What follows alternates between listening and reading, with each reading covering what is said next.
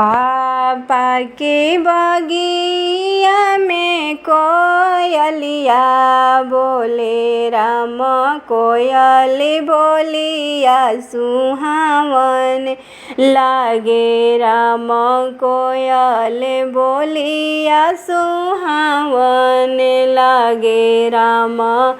होते भीनु सारा कोयल बिदैया मांगे राम, कोयल बोलिया सुहावन लागे राम, कोयल बोलिया सुहावन लागे राम।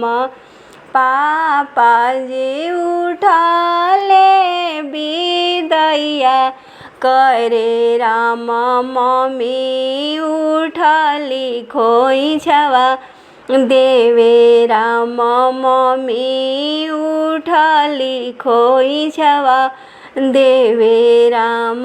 चाचा जी उठले बिदैया करे राम, चाची उठली खोइछवा देवे राम, चाची उठली खोइछवा देवे राम। खोइछा के दिहते मम्मी नयनवा ढारे राम, अब बेटी सपनवा भैली राम, अब बेटी सपनवा भैली राम।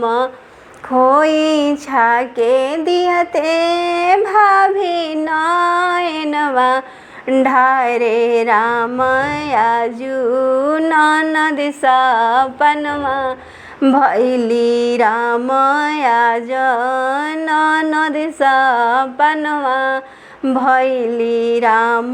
सोरहे बरस पापा के आंगनवा खेलनी राम, अब आंगना सपनवा भैले राम, अब आंगनवा सपनवा भैले राम।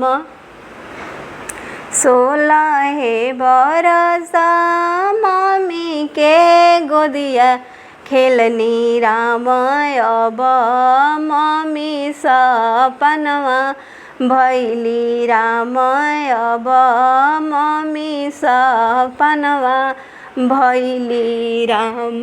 पापा के बगिया में कोयलरिया बोले हो, कोयल बोलिया सुहावन लागे राम, कोयलर बोलिया सुहावन लागे राम।